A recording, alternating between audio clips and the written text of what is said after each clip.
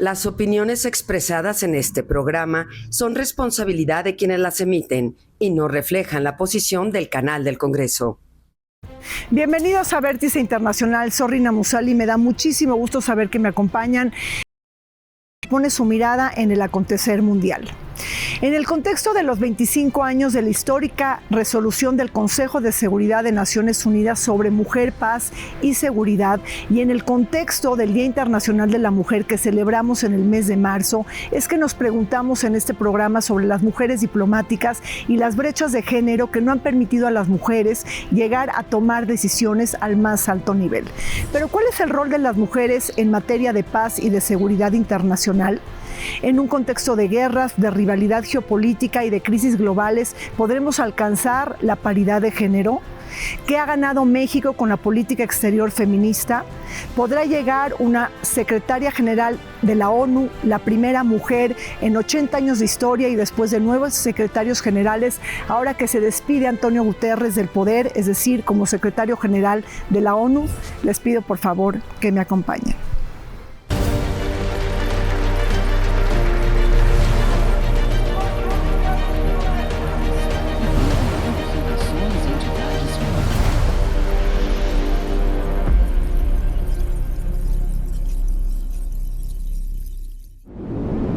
En el mundo complejo, asimétrico y brutal en el que vivimos, persisten brechas significativas que impiden que las mujeres alcancen plena paridad en los espacios de decisión pública y en la política internacional. A pesar de los avances logrados en las últimas décadas, la igualdad de género continúa lejos de romper el techo de cristal. Según el Global Gender Gap Report 2025 del Foro Económico Mundial, se requieren 123 años para alcanzar la paridad de género completa en el mundo.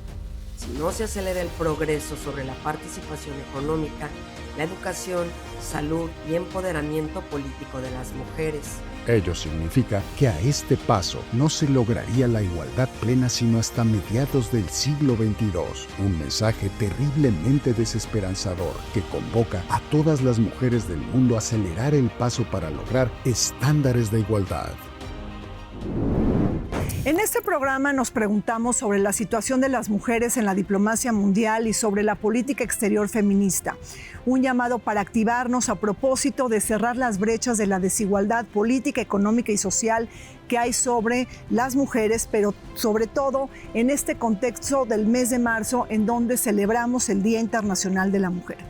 Para hablar de este tema tan importante nos acompañan desde el Museo Nacional de las Intervenciones Patricia Olamendi. Ella es vicepresidenta de la Asociación Nacional de Doctores en Derecho y ex subsecretaria de Relaciones Exteriores. Bienvenida, Pati. Gracias, Gina, un placer. Y bueno, nos acompaña también Adriana Ortiz Ortega. Ella es economista, politóloga y una experta en temas de género. Bienvenida, Adriana. Gracias por la invitación. Y está con nosotros la internacionalista Claudia Calvin. Ella es experta en diferentes asuntos internacionales, pero sobre todo también fundadora de Mujeres Construyendo y una gran experta en temas de género. Bienvenida. Gracias, querida Rina, gracias. Pati, históricamente la diplomacia ha sido concebida como un espacio jerárquico y eminentemente masculino. En los últimos años hemos visto más mujeres en los servicios exteriores, hemos visto más mujeres en los organismos multilaterales e internacionales, pero sigue persistiendo esta brecha estructural de género en la cúspide de la diplomacia mundial. Bueno, se consideró siempre que la representación de los países corresponde a los hombres o la negociación, sobre todo las negociaciones en conflictos, ¿no? Sí. Siempre corresponde a los hombres. Afortunadamente, gracias a las leyes en muchos países, a la creación de la CEDAW, el marco internacional de nuestros derechos humanos, cambió un poco este escenario para empezar a incluir mujeres en cargos públicos. Hoy vemos mucho más presencia de secretarias de Estado, de cancilleres, pero yo diría que todavía la brecha es larga. Sí las vemos presentes, pero no vemos tanto una acción a favor de las mujeres en el mundo como deberíamos de tenerlo a partir de su presencia, ¿no? Entonces creo que ahí hay un problema que no hemos logrado enfrentar. Adriana, tú sí estás viendo una subrepresentación de mujeres en las embajadas, en las cancillerías, en los organismos internacionales, prácticamente una falta de mujeres en la máxima cúspide de la toma de decisiones. En parte sí, yo coincido completamente con lo que está diciendo Patti, pero yo creo que también lo que hay que enfatizar es el tema de la agenda. Sí. O sea, el tema de la agenda, por un lado, es la política exterior feminista, seguramente vamos a hablar de eso, pero por otro lado es por qué están tan presentes los temas de la guerra. Porque exactamente y precisamente, si las mujeres históricamente, las diplomáticas, empiezan a figurar en todos los acuerdos, bueno, no solo acuerdos, sino convenciones que se hicieron a favor de las mujeres, ¿por qué pasa esto, no? Eso sería mi pregunta. Y bueno, y ahorita sigo. Claudia, ¿cómo ves las cosas? Rina, a ver, coincido plenamente con lo que plantean Patti y Adriana. Y yo pondré otro tema sobre la agenda, que es, hay que entender que las relaciones internacionales se construyeron desde una perspectiva patriarcal y masculina. Todo el entramado institucional fue creado por hombres con la lógica inicial de la guerra. Entonces, hablar de paz en un mundo que estructuralmente está construido para la guerra es un enorme desafío, por un lado. Y se decía la palabra subrepresentación. Creo que yo iría un paso más allá. No es que estemos subrepresentadas, es que estamos excluidas estructuralmente, porque no hay condiciones y sobre todo voluntad política de incorporar abiertamente a mujeres en la toma de decisiones, porque desde esta lógica un tanto bélica y excluyente que ha tejido el entramado institucional, no se visualiza el aporte que las mujeres tenemos, y las mujeres somos constructoras de paz, no porque seamos intrínsecamente buenas, porque eso también hay que dejarlo de lado, ¿no? Sino porque tenemos una visión diferente de diálogo. Está demostrado que cuando las mujeres participan en procesos de paz, la paz dura por lo menos 15 o 20 años más. Se ha visto en Colombia, en países en el sureste asiático, en África. Y mientras sigamos excluidas, esto pues se va a revertir. Y del 22 para acá han disminuido. Había un 23% de mujeres participando en procesos de paz y el número ya bajó a 18%. Entonces... Sí, y ahí hay otro dato, Patti, de ONU Mujeres, que señala que dentro del 70% de los conflictos internacionales que de alguna manera pues hay mediaciones internacionales, no están habiendo mujeres signatarias y mediadoras. Pero ya no es una cuestión de moralidad o de justicia, también es una cuestión de eficacia política, justo por lo que está diciendo Claudia. Es decir, las mujeres, se ha comprobado que las mujeres entonces pueden, si participan, pueden disminuir, o sea, hay un menor riesgo de incurrir en un conflicto. Mira, yo diría que hay dos situaciones que debemos tomar en cuenta. Una es si realmente se busca la paz. Claro. Porque muchos de estos conflictos es como mediar hasta dónde vamos, porque al final de cuentas la guerra es una mega industria. O sea, esta gran empresa de la guerra juega un papel determinante en los conflictos. Entonces, si yo no quiero la paz, pero quiero alargar, quiero ceder ciertas cosas, mantener otras, bueno, entonces necesito a un cuate que sea experto en estas situaciones. Si yo quiero resolver un conflicto, por supuesto voy a estar pensando en mujeres. ¿Por qué? Porque para nosotros la violencia tiene un impacto diferenciado brutal. O sea, nos encargamos de los hijos, nos encargamos de la familia, nos encargamos del bienestar de la comunidad.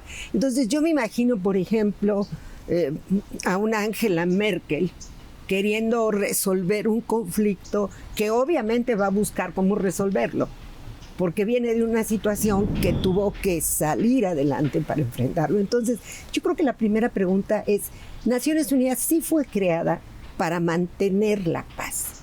¿Realmente Naciones Unidas ahorita puede mantener la paz? ¿O es un montón de burócratas que están totalmente alejados de la real política? Claro. Entonces, ¿qué es lo que van a negociar?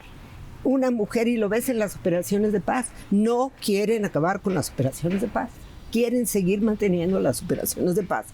porque son al final de cuentas ejércitos que reciben recursos de Naciones Unidas por estar ahí. Entonces, yo creo que primero hay que hablar con claridad de qué es lo que queremos resolver y luego cuál es el rol que una mujer con capacidad y con poder puede jugar. Claro. Pero a ver, Adriana, entonces se complejiza pues todo este debate, porque digo, lo que estamos viendo es que en una realpolitik, como dijo Patti, en donde tenemos una rivalidad geopolítica importante, estamos viviendo un momento de ola armamentista, de una menor presencia del multilateralismo en el mundo, una crisis del multilateralismo en el mundo, pero entonces en este contexto los estados tienden a seguir designando a hombres en puestos clave. Claro, y entonces ahí tú tienes que hacer un paso atrás, que es lo que nos está sugiriendo Patti, y preguntarnos para qué se creó las Naciones Unidas y qué le pasó al multilateralismo y dónde están los estereotipos de género y por qué estamos en esa situación. Porque si queremos solamente verlo con un ojo muy inmediato, lo que vamos a ver es que pues no necesitamos mujeres para resolver esto, pero hay que ver la historia. Por ejemplo, cuando Cárdenas nombra a Palma Guillé al exterior y todavía ni las mujeres tenían ciudadanía, pero México buscaba participar de un multilateralismo en los 30s, era otro escenario completamente diferente para las mujeres. Por eso, aunque vivieron muchos estereotipos de género, o Amalia Caballero de Ledón, Castillo de Ledón, todo esto las hacía ellas actrices y protagonistas de un mundo que buscaba la paz. Si el mundo no busca la paz, pues no está buscando muchas otras cosas. Pero entonces, ¿para qué sirven las Naciones Unidas? Bueno, pues ahí está una explicación que nos está dando la maestra Patti. Pero además existe, Claudia, el Día Internacional de las Mujeres Diplomáticas. Se celebra cada 24 de junio. Y bueno, si la misma ONU, dentro de su institución, no consigue la paridad sustantiva de género, ¿cómo es posible que tenga credibilidad para manejar la agenda global del género? O sea, por favor, platícanos. A ver, creo que yo pondría sobre este tema, Rina, otro ángulo, ¿no? Estamos hablando de la guerra, la economía de la guerra, ¿no? Que es el sustento de esta realidad. Y yo lo que observo con muchísima claridad es que hoy es políticamente incorrecto decir que estás en contra del Día Internacional de las Mujeres o del Día Internacional de las Mujeres Diplomáticas, pero tanto el día como el mes, como el Día de las Mujeres Diplomáticas, se ha convertido en una herramienta de pinkwashing para lavar conciencias. O sea, tú no puedes decir que apoyas la igualdad o que estás enamorado, comprometido como país con la política exterior feminista y tienes 11 feminicidios diarios y no defiendes los derechos. Y no puedes hablar de igualdad cuando en las guerras, que es lo que estamos viviendo y es un tema central de este mes, marzo empezó en guerra, ¿no? Cuando el cuerpo de las mujeres es parte del campo de batalla. Estamos hablando de guerras en las que sí hay una estrategia para tomar territorios, pero nadie habla del territorio que forma parte de las guerras, que son los cuerpos de las mujeres, de las niñas y de los niños. Y esa agenda, ¿dónde está, no? Vemos cuántos bombardeos hay, pero cuántas mujeres, niñas están siendo violadas y violentadas, ¿no? Claro, el tema de mujeres víctimas de violencia, Adriana, en situaciones de conflicto y en situaciones de posconflicto, Patti, ¿qué pueden comentar? ¿Eres tú? Adriana. O sea, las dos. Las dos, por supuesto. Bueno, el conflicto, por ejemplo, de Israel con Palestina, ya se documenta cuántos casos de acoso y abuso sexual hubo, de violaciones, de muertes de mujeres como una estrategia de guerra, ya se documenta esto. Y son cientos de miles, no miles, cientos de miles, ¿no? Y así en cada conflicto. Entonces sí, efectivamente tenemos una contradicción, porque además, cuando tú estás quitándole dinero a toda la agenda social, económica, para llevarlo al armamentismo, y el armamentismo no necesariamente hoy en día da resultados económicos, como estamos viendo en el propio Estados Unidos, a lo mejor da imagen, a lo mejor da otras cosas, pero resultados económicos pues todavía no lo vemos tan claro, ¿no? Claro. Entonces ahí tú tienes un problema muy serio, maestra. Mira, yo creo que tenemos que reconocer la enorme incapacidad como sociedades para resolver un conflicto que tiene siglos. Los romanos llegaban a algún lugar, capturaban a las mujeres, las llevaban, las violaban obviamente y después las ponían en sus lugares para la prostitución, regenteaban pues la prostitución. luego los bárbaros, luego esto. ¿Y cuál es la diferencia hoy en día? Claro. Tenemos incluso el Estatuto de la Corte Penal Internacional, que en su artículo 7 señala con claridad que es un delito de guerra, esas violaciones que se dan, que es un instrumento de la guerra. Y sigue ocurriendo. Tenemos cuántas resoluciones del Consejo de Seguridad de Naciones Unidas insistiendo en esta situación como un conflicto serio. E incluso tenemos a mujeres que han declarado en contra de los mismos integrantes de las operaciones de paz, que fueron violadas por ellos y que fueron incluso amenazadas por quienes deberían. Entonces, esta violencia sexual brutal que nos convierte peor que animales, y a mí lo que me impresiona es que hoy en día la vas a aderezar diciendo, bueno, pero pues la prostitución es un trabajo, ¿no? Entonces, como es trabajo, pues entonces, pues mejor metámoslas a trabajar, ¿verdad? No, tienes un conflicto en el mundo. Los datos son aterradores. En México, 50 de cada 10 hogares, el 50% sufre violencia sexual. Y en el mundo la situación es igual. Y vemos todos los días fotos de niñas casadas a los 7, a los 8, a los 9, a los 10 años, entregadas a pederastas. Entonces, ¿dónde está la humanidad de la humanidad? Claro. O sea, Naciones Unidas no ha sido capaz, y entonces empiezan agendas extrañas que Naciones Unidas empieza también a valorar. Recientemente el comité CEDAW le dice a Holanda, Países Bajos, sí, mantén tu agenda de regular la prostitución, incluso la prostitución de menores. Entonces dices, bueno, ¿cómo? No, ¿cómo, Pati? O sea, ¿verdad? ¿qué es esto? O sea, ¿en qué mundo estamos viviendo que empezamos a ver normal esa venta? La trata de seres humanos, la esclavitud no ha acabado en el mundo. Las niñas, niños, mujeres víctimas de víctimas de trata son utilizadas en muchos lugares para pornografía y prostitución infantil. ¿En dónde está la agenda de protección?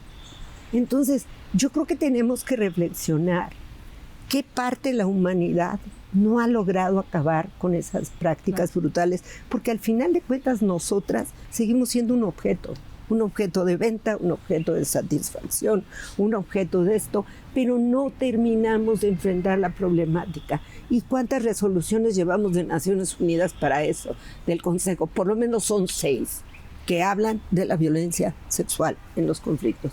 ¿Y cuál es el resultado? Yo le diría, ya no me hagas otra resolución. Dime cuáles fueron tus resultados. Pero inclusive después de la pandemia, Claudia, la agenda de género tiene un declive muy visible en el mundo. Por ejemplo, tuvimos pues una conferencia sobre una conferencia mundial de la mujer en México, ¿no? En la Ciudad de México tuvimos 2020. Una en Nairobi, otra tuvimos en Copenhague, creo que la última en Beijing en el 95, y después de eso ni siquiera hemos tenido una nueva conferencia internacional de la mujer. ¿Qué le atribuyes este faltante, este déficit? Ay, pues a una suma de cosas, querida Rina. Bueno, así es la pregunta de la pandemia. La pandemia yo creo que fue la aliada número 1 de la violencia y del heteropatriarcado, porque el retraso en materia de derechos de las mujeres fue terrible. Pasamos de una esperanza de 85 años para ver la igualdad y la paridad en el mundo a más de 130 años. Ninguna de las personas que estamos hoy aquí la vamos a ver y pensamos que nos estamos acercando. Estamos viendo además un retroceso brutal en materia de democracia y de derechos que tiene un impacto directo en la agenda de género, ¿no? Los feminismos han sido un pilar en la construcción de la democracia, y cuando la democracia va para atrás y el 40% de los países del mundo están siendo gobernados por personas y gobiernos autoritarios, ¿cuál es el destino? Cuando vemos que hablar de igualdad se convierte en un discurso político y en una bandera para que gobiernos antidemocráticos lleguen por la vía electoral a la elección, ¿no? Y destrocen todos los avances en materia de derecho. Entonces, ¿cuáles son las razones? Pues es que son muchas, claro, ¿no? Claro. A ver, me llama mucho la atención lo que comentas. O sea, alcanzar la paridad de género prácticamente sería a mitades del siglo XXII, ¿escuché bien? Sí, más de 130 O sea, eso años. lo dicen ONU Mujeres, lo dicen los organismos.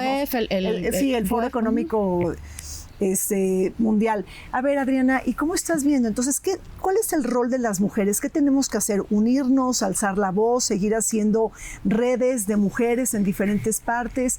Es decir, ¿cómo podemos romper este techo de cristal para realmente que el mundo pues tome atención sobre esta agenda? Yo creo que, bueno, quisiera ser optimista respecto a la pandemia y decir que en ese momento también surgió el movimiento Me Too.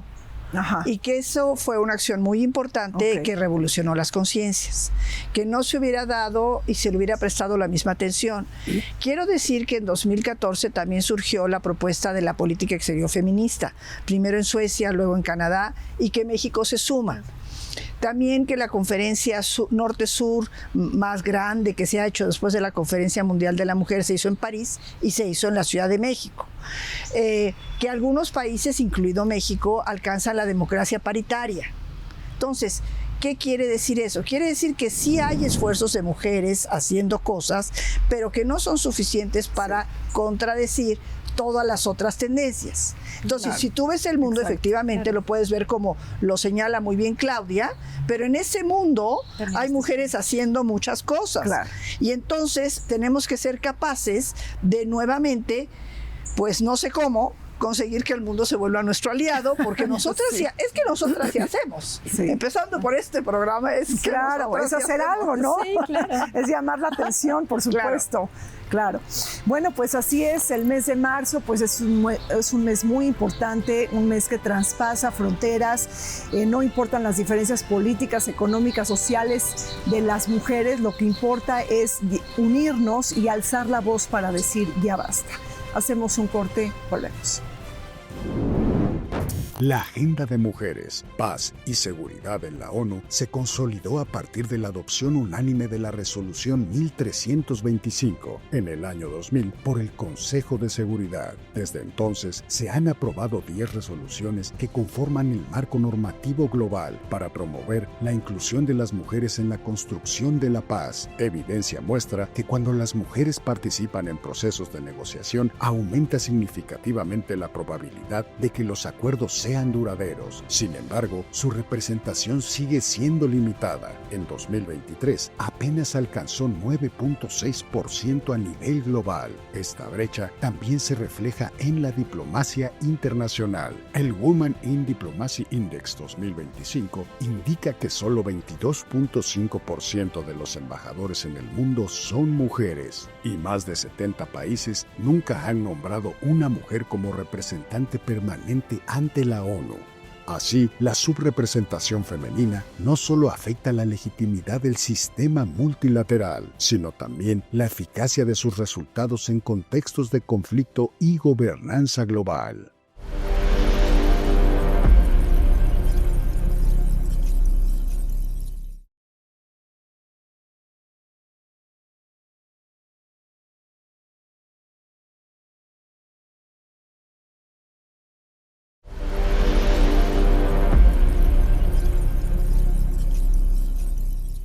En la política internacional, las mujeres están subrepresentadas a la hora de tomar decisiones. De acuerdo con la Unión Interparlamentaria Mundial, las mujeres ocupan alrededor del 27% de los asientos parlamentarios en el mundo, lo que significa que 3 de cada 4 legisladores siguen siendo hombres. Esta brecha se refleja en los niveles más altos de poder. Ministerios clave y jefaturas de Estado continúan dominadas por varones. La exclusión también se manifiesta en los procesos de paz. Según datos de la ONU Mujeres, cerca del 70% de las negociaciones de paz en las últimas décadas no han contado con mujeres como mediadoras, lo que contrasta con los compromisos asumidos por la histórica resolución del Consejo de Seguridad sobre Mujeres, Paz y Seguridad. No olvidemos que tras 9 secretarios generales de la ONU, ninguna mujer ha ocupado aún el cargo más alto del organismo. ¿Será el 2026 el año en que por primera vez una mujer asuma la Secretaría General tras la despedida de Antonio Guterres? Seguimos adelante conversando en esta mesa de análisis sobre las mujeres en la diplomacia mundial y sobre pues la importancia de reconfigurar toda la agenda de mujeres, precisamente cuando en el mes de marzo estamos celebrando el Día Internacional de la Mujer. Pati, me da muchísima curiosidad, te quiero preguntar, ¿cuáles son las mujeres o una de las mujeres que más admiras en el mundo por su contribución, por su labor, por haber cambiado o impactado la agenda de género en algún lugar o en algún momento importante? Bueno, hay muchas mujeres muy importantes. Bueno, para mí Hillary Clinton es una mujer que admiro porque sin ella no tendríamos Beijing, ni la plataforma de acción, ni el programa. O sea, así, nuestra hoja de ruta a futuro creo que es de las mujeres que más admiro. Angela Merkel me parece una mujer sensacional en todos los sentidos. Una mujer seria, decente, trabajadora, viendo por el bienestar. O sea, pero además es una mujer fuerte. Sí. O sea, ambas son muy fuertes, me gustan mucho. Bueno, hay algunas otras mujeres. Primero, tengo que confesarlo, me encanta Angela Meloni. Algunas dicen, pero ¿cómo? Giorgia Meloni, perdón. ¿Cómo es posible? Me gusta su estilo, me gusta su firmeza, me gusta cómo está enfrentando, el que no busque vericuetos para decir las cosas. Sí. Creo que estamos empezando a tener una generación de jefas de Estado muy plantadas, con buena actitud y muy prácticas. Eso creo que necesitamos. Sí, más transparentes. Más transparentes, no tan complejas, no tan complicadas. Creo que necesitamos ese tipo de mujeres. En América Latina están también surgiendo liderazgos, como en otros países, pero me agradan ese tipo de perfiles. Si hubiera oportunidad, por supuesto que yo plantearía la llegada de Hillary, por muchas razones, porque es una feminista, y es una feminista que además ha ejercido el poder, ¿no? Y es una mujer muy práctica, y proviene de un país, que hay que decirlo, también en el mundo internacional cuenta mucho, proviene de un país que tiene los recursos necesarios para hacerlo. Entonces, en eso también tenemos que pensar de manera práctica. Claro, o sea, que puede marcar la diferencia. Adriana, ¿cuál es tu favorita en el mundo?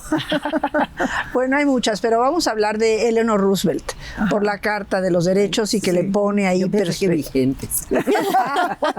No, la pregunta fue abierta. No fue abierta. Por supuesto que Eleanor Roosevelt.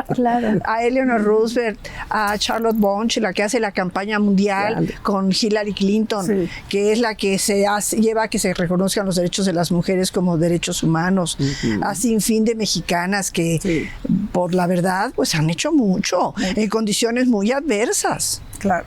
¿Y tú, Claudia, México, el mundo? Híjole, la lista es enorme. Bueno, por supuesto que me sumo, yo también soy muy fan de Hillary desde siempre, pero creo que una de mis mujeres favoritas del mundo contemporáneo es Melaine Verveer, ¿no? Que fue la mano derecha de Hillary y que fue la primera embajadora para temas de la mujer en el gobierno de Estados Unidos y prácticamente la única, porque pues después desaparecieron la figura, y es la directora actual de Vital Voices. Y yo creo que también tendríamos que pensar como en qué significa hoy la agenda diplomática internacional, porque una cosa es, digamos, la diplomacia pública gubernamental, pero hay mujeres talentosísimas en distintas áreas que hacen diplomacia parlamentaria, diplomacia académica.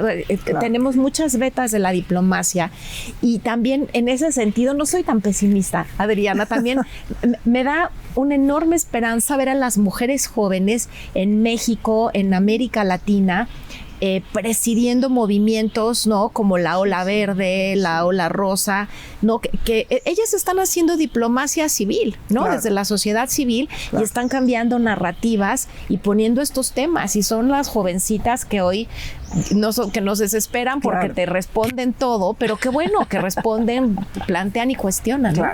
Ahora, en México hemos avanzado, Pati, tenemos ya a 4 ex cancilleres mexicanas, pero todavía falta muchísimo por transversalizar la perspectiva de género en la diplomacia. ¿Cómo estás viendo el panorama mexicano? Hemos avanzado, pero no hemos logrado romper las estructuras del poder, ¿no? O sea, es decir, de construir esta representación jerárquica de masculina. Todavía tenemos un tanto que hacer.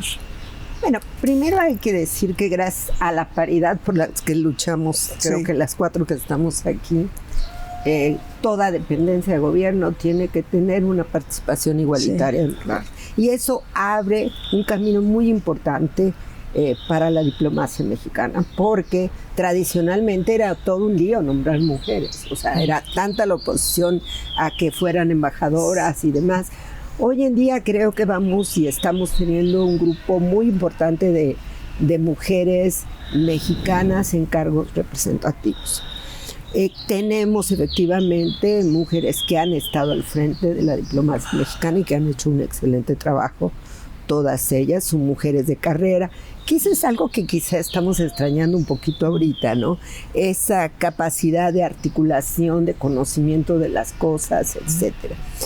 Sí siento que todavía hay una visión muy sesgada a lo masculino, sobre todo en los casos de negociaciones. Me parece que nos está faltando utilizar a estas mujeres diplomáticas en cargos muy importantes.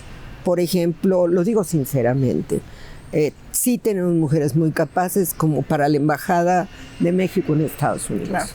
La necesitamos. Sí necesitamos también una diplomática de carrera como subsecretaria con Estados Unidos. Sí necesitamos una diplomática de carrera en los temas relacionados en América Latina y en la presencia en los organismos multilaterales. México ha perdido mucho en su presencia en los mecanismos multilaterales y sí tenemos una enorme capacidad. Yo siento que más bien lo que estamos viviendo ahorita no es que no tengamos capacidades en México. La diplomacia en México es buena y en general era muy reconocida internacionalmente. Más bien lo que no tenemos es un rumbo. O sea, esa discusión eterna entre los principios y los intereses del país están ganando una visión de principios que además extrañamente solo se tocan algunos principios y no se hablan de los principios de defensa de los derechos humanos y de defensa de la democracia. Entonces creo que lo que tenemos más bien es una falta de rumbo, pero no de capacidades. Creo que tenemos excelentes diplomáticas y diplomáticos en México y yo le apostaría más a las mujeres diplomáticas para que encabecen estas. Claro. ¿Estás de acuerdo, Adriana? Creo que sí, claro que estoy de acuerdo. Yo la manera como lo explicaría es que la paridad fue tan fuerte que provocó un cambio en el régimen de género en el espacio político. Pero al mismo tiempo ocurrió otro cambio de régimen al que se refería Claudia, querida, en el sentido de acercarnos al autoritarismo. Entonces, si tú vas desapareciendo tus organismos electorales, vas centralizando el poder, vas permitiendo que un solo partido defina la agenda, estableces un rumbo internacional que está muy subordinado a los intereses de Estados Unidos y tu propia idea de lo que son tus aliados en Cuba, en Nicaragua, en Venezuela, pues entonces aunque mandes a Alicia Bárcena o a no sé a quién, no sé quién está pensando la maestra Lamendi, pues no te alcanza porque tú estás luchando contra una situación que no está albergando esa agenda multilateral. Claro. Y bueno, y en ese sentido, Adriana ya se mete al tema mexicano.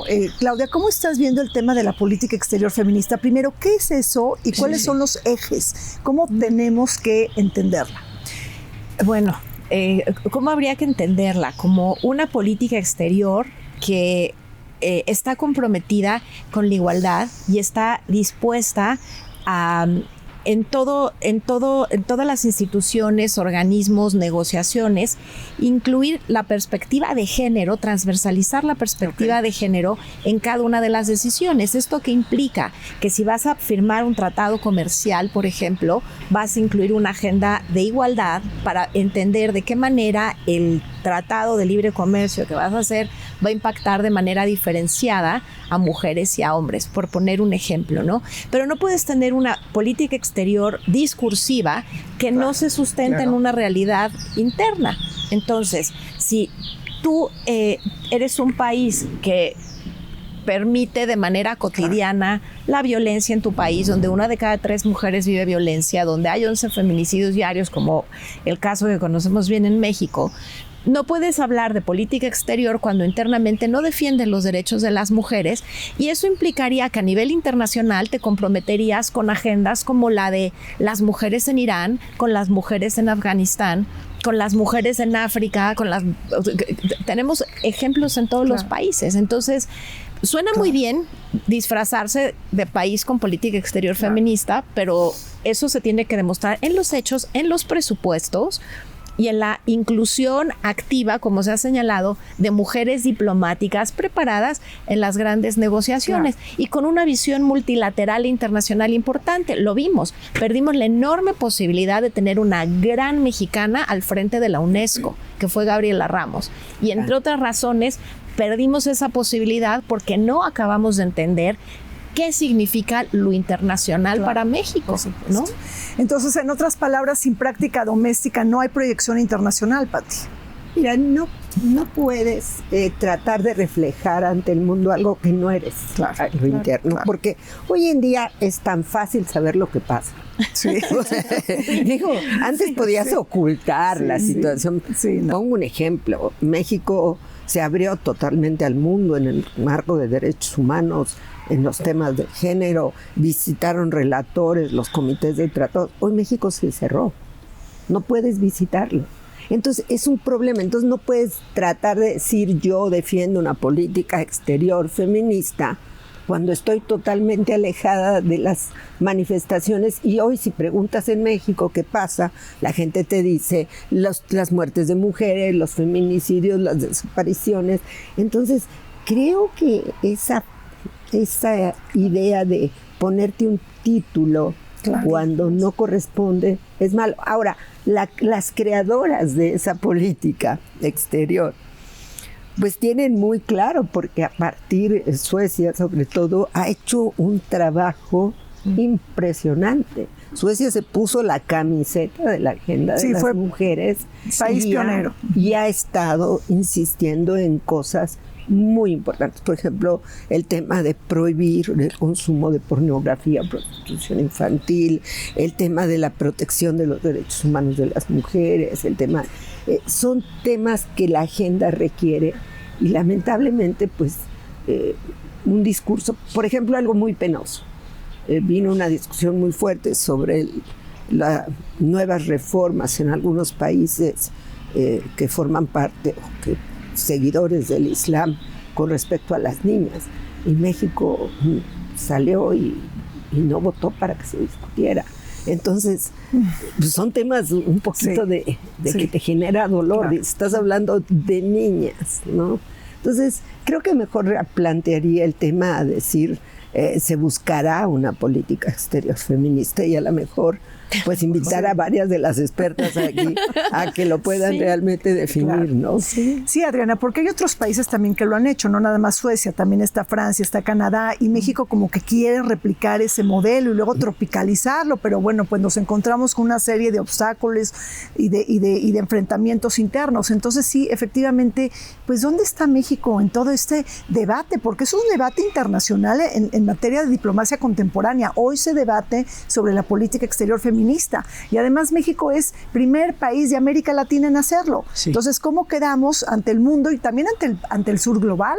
Porque eso es muy importante. Somos primer país del sur global de tener una política exterior feminista. Es que en ese cambio de régimen pasaron muchas cosas. Entonces, por un lado, tú tienes que el mayor liderazgo de cambio de régimen estuvo en la figura de Andrés Manuel López Obrador, que cerró mucho la discusión. Él tenía otros actores políticos como Marcelo Ebrard, que igual que cuando fue jefe de gobierno después de Andrés Manuel, pues trata de meter el tema como un tema de agenda. y lo mete. Lo tiene. Y lo tiene, o sea, se lo tenemos que reconocer. Pero ¿hasta dónde va a tener la capacidad de hacer un cambio estructural del tamaño que están hablando? Pues no lo tiene.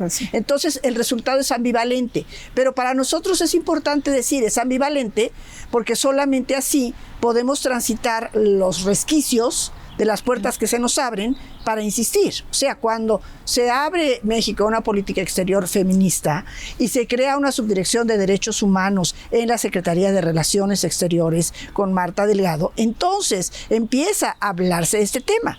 ¿Cómo? Ambivalentemente. ¿Por qué? Porque México ha sido ambivalente a los derechos humanos desde tiempos inmemorables, ¿no? O sea, tampoco fue, nunca fue... Sí. ¿Contigo, Pati? Sí, se creó con Pati, sí. Sí, se creó contigo, pero ya en ese momento esa subsecretaría la habita Marta de una manera feminista, trata de darle ese contenido feminista. Entonces, pues no, México tenía una resistencia a los derechos humanos, aún muchas declaraciones de CEDAW, muchas declaraciones de la Corte Internacional a principios del año 2000, durante la llamada transición a la democracia, México se defendía y no quería. Hay que hacer un tejido que va y viene, ¿no? ¿Sabes? Entonces sí es, pero no es. Claro. Síntesis, sí es, pero no es. Sí es, pero no es. Claudia, y sí es, pero no es, y el tema presupuestal, ¿no? O sea, claro. ¿Va presupuesto etiquetado a la política exterior feminista, sí o no? A ver, es una gran pregunta, Reina. Antes de hablar de eso, habría que hablar del anexo 13, ¿no? El anexo 13 que llevó décadas que pudiera existir para que hubiera un presupuesto en materia de igualdad. ¿Y qué pasa los últimos años? Primero se quiso borrar y el movimiento feminista dijo, por supuesto que no se va a tocar. Entonces no se borró, pero más del 80% del presupuesto está enfocado a programas clientelares, no agenda de la igualdad. Entonces, a ver, yo te diría, el presupuesto de política exterior feminista puede estar en cualquier anexo, pero de manera sustantiva no tienes un presupuesto que acompañe las acciones de defensa de derechos de las mujeres al interior del país. Está ahí, pero ¿para qué se usa? Y el compromiso se demuestra en términos de política pública. O sea, el amor se demuestra con presupuesto. Sin presupuesto no va a haber nada. No hay mejor política exterior que la política interior. Sí, claro. O sea, si no construyes al interior, ¿cómo vas a reflejar?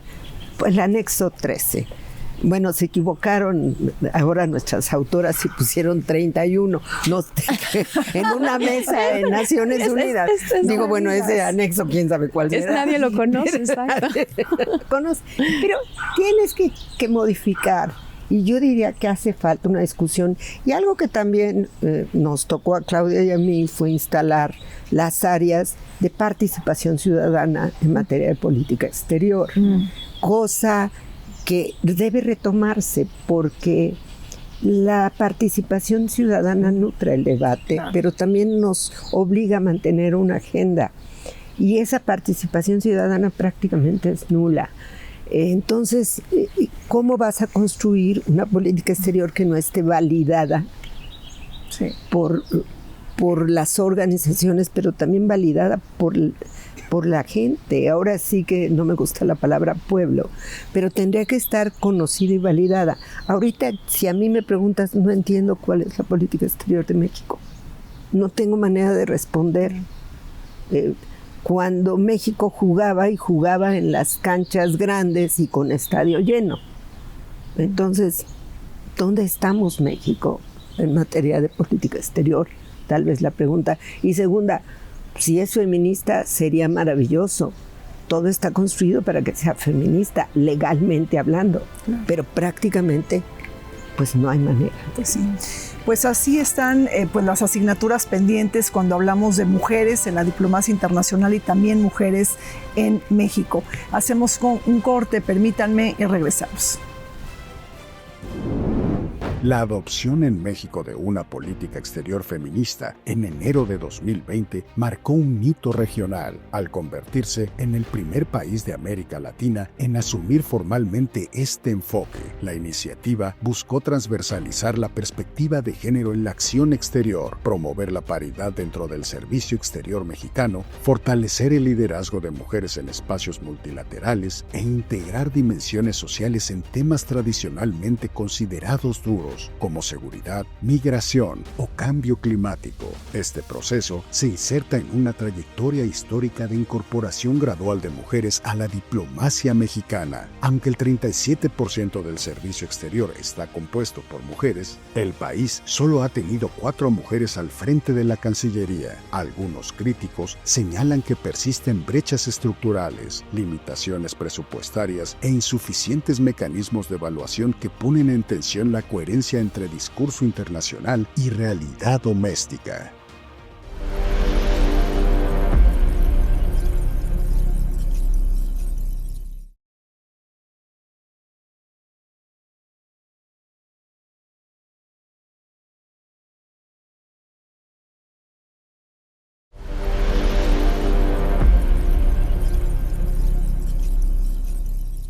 En un mundo asimétrico y dispar, transformar estructuras de poder que producen desigualdades se convierte en una tarea ardua y titánica. Precisamente, la política exterior feminista no es solo una agenda sectorial, sino en una estrategia para derribar obstáculos y barreras en el ejercicio de las relaciones internacionales. Bajo el enfoque de derechos humanos, justicia social e igualdad de género, la acción diplomática se centra en incluir a las mujeres para transformar contextos y toma de decisiones. Suecia, Canadá, Francia y México han sido portadores de este cambio que a su vez conecta con los objetivos del desarrollo sostenible que marca la ONU. México es el primer país de América Latina en contar con una política exterior feminista que transversaliza el género en todo el servicio exterior. Un cambio normativo que facilita la presencia femenina en puestos de decisión diplomática y la paridad sustantiva en embajadas de mayor peso geopolítico y económico. Continuamos con esta mesa de análisis comentando sobre mujeres diplomáticas en el mundo y política exterior feminista. Adriana, después de 9 secretarios generales hombres y de 80 años de historia de la ONU, no ha llegado ninguna mujer a la cima máxima de la organización internacional. ¿Tú crees que ahora es el momento, cuando se despide Antonio Guterres como secretario general de la ONU, es el momento estelar de las mujeres para unirnos y solicitar y trabajar por una candidatura femenina? ¿Podremos romper el techo de cristal? Pues bueno, definitivamente sí. Respuesta rápida, sí. El momento era hace 9 candidaturas haber tenido una mujer, definitivamente de plano, ¿no? Pero circunstancias internacionales no lo promovieron. Hay algunas candidatas interesantes, por ejemplo, Rebeca Greenspan. ¿Por qué? De Costa Rica. De Costa Rica, costarricense, porque está trayendo una agenda de derecho, de desarrollo económico, que ese es el gran ausente del tema de las mujeres. Rompimos el techo de cristal en tanto creamos una democracia paritaria. No hemos roto el techo de cristal en tanto en los indicadores del Fondo Monetario Internacional, del Fondo Económico de Davos, sigue siendo el indicador más bajo. Entonces, en ese sentido, ella puede ser una candidata, pero yo quiero ver ahí mexicanas nominadas. Yo quiero ver a Patricia Olamendi nominada para la ONU. Yo también. ¿De verdad? Sí. Porque yo creo que hay que nominar mujeres. Sí, claro. Ella lo decía muy bien, sí, lo decía claro. Pati muy bien. Hillary Clinton, de un país que tenga dinero y que tenga recursos, claro, es cierto que eso se necesita. Pero si vamos a hacer ese ejercicio de romper el techo de cristal, pongamos nombres de países que han hecho cosas y que queremos hacer cosas. Y México tiene un liderazgo en democracia paritaria. Claro, por ahí me iría. Claro, claro. Pati, bueno, y ante esta propuesta, ¿qué dices? Me va a pasar un poco como nuestra candidata de UNESCO. Pero bueno, ¿qué otras mujeres ves? Por ejemplo, mira, Michelle Bachelet, ¿qué opinas? América Latina se está uniendo frente a ella. Rebeca Greenspan, ¿dónde queda? Estuvo en algunos cargos en Naciones Unidas, tuvo la oficina de alto comisionado para los derechos humanos. Lamentablemente yo creo que su desempeño no fue el que se esperaba. Sí. Digo, hay que decirlo, se rodeó de su misma burocracia que traía desde Chile y sobre todo la oficina del alto comisionado para los derechos humanos, que es un tema tan sensible en el mundo. Pero sin embargo, bueno, es una excelente persona y por supuesto. Pero regresamos a lo mismo. En el contexto, no sé si siquiera su gobierno actualmente la apoyaría o no, porque no puedes ir a una candidatura si no vas con el apoyo del gobierno. Claro. Esto es importante. Entonces, pues por mucho interés. Rebeca pues tiene décadas en Naciones Unidas, muchas décadas. Fue secretaria y estuvo en México, iberoamericana, ¿no? Sí, de la y estuvo mucho tiempo en México trabajando aquí y es una excelente persona. Pero también regresamos, no sé si el gobierno de su país la propondría, la suscribe, y no sé si pudiera tener un consenso.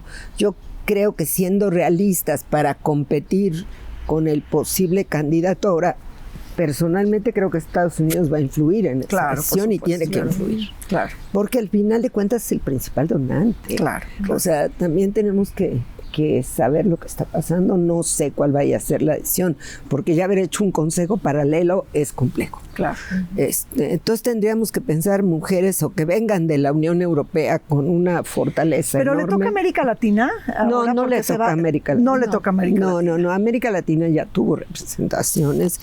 Formalmente se mueve en la región, pero no necesariamente le toca América Latina. Yo creo que yo no pondría ahorita más candidaturas porque son producto de negociaciones. Sí. Michelle sí ha hablado de su posible candidatura y por supuesto sería muy importante, muy relevante, pero hablando con plena realidad, pues necesitamos pensar los poderosos o a lo mejor mujeres asiáticas.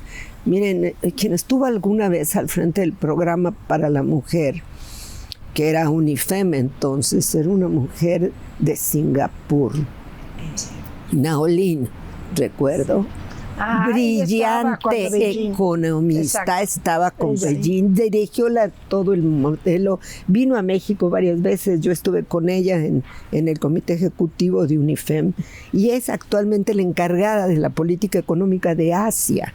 Entonces, yo pienso que una mujer como ella sí podría ser una candidatura muy fuerte, porque tiene además a los gigantes asiáticos detrás de ella, que no estaría mal, porque ella dirigió la especie de CEPAL, pero en Asia. Entonces, tienes una Nalin Hazel, algo así se llama, y muy brillante, muy brillante. Entonces, estoy pensando una cosa. Hay que seguirle la pista a esta mujer. Sí. Claudia, ¿qué piensas? Digo, también ahí está Rafael Grossi, que es el director general de la Organización Internacional de Energía Atómica de Naciones Unidas, con sede ahí en Viena.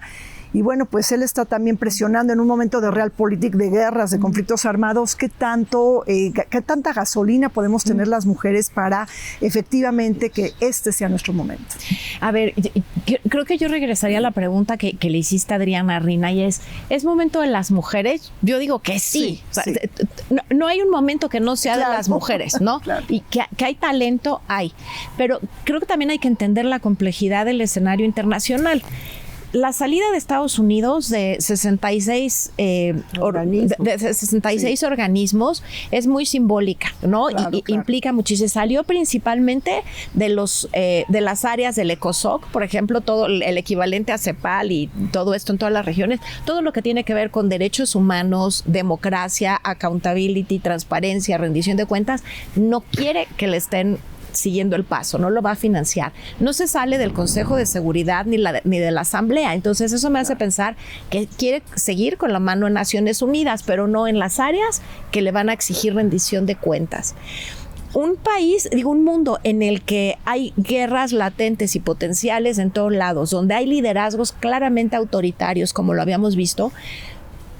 ¿Quién va a ser la persona? Me encantaría, y yo creo que puede haber muchas mujeres que ya se mencionaron que podrían estar en Naciones Unidas por la capacidad de diálogo, por todo esto, pero este es el país que le va a tocar, no sé si gobernar, porque no puede gobernar, pero en el que puede incidir la siguiente secretaria general. Bueno, pues se presenta una disyuntiva mayúscula, repetir o reimaginar nuevas formas de gobernanza global. Darle muchísimo su participación a Patricia Olave, a Adriana y también a Claudia Calvin por bueno, no se vaya, seguimos adelante con el programa. El debate sobre la sucesión en la Secretaría General de la ONU ha intensificado los llamados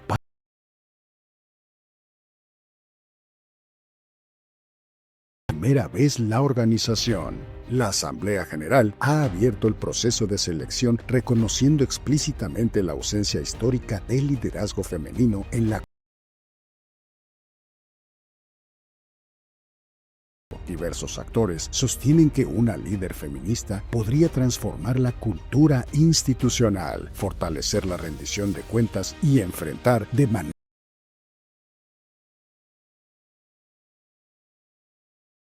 en un contexto de 61 conflictos activos a nivel global y retrocesos en financiamiento para la agenda de desarrollo, la elección de una mujer como próxima secretaria